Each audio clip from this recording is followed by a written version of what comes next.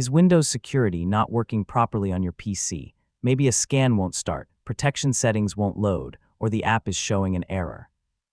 In this guide, I'll walk you through several fixes, starting with the simplest ones. First, restart Windows. Temporary system problems can sometimes stop security features from working correctly.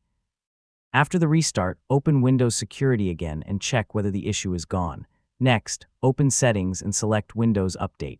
Choose Check for Updates and install anything available. Windows Updates can include security fixes that may resolve Windows security problems. Now open Settings, select Apps, then Installed Apps.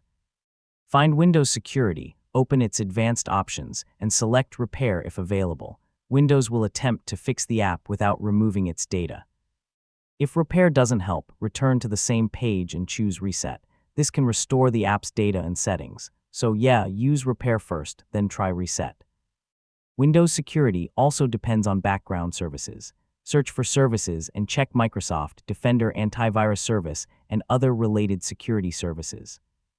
If important Windows files are damaged, open Command Prompt as administrator and run sfc/scan now. Let the process finish before closing the window. If the problem remains, use DISM from an administrator command prompt with the Restore Health option. This can repair problems with the Windows Component Store. After completing the repairs, restart your PC. Then open Windows Security and test the feature that wasn't working, such as virus and threat protection or firewall. If Windows Security still isn't working, check whether another antivirus program is installed. Third-party security software can affect Microsoft Defender features.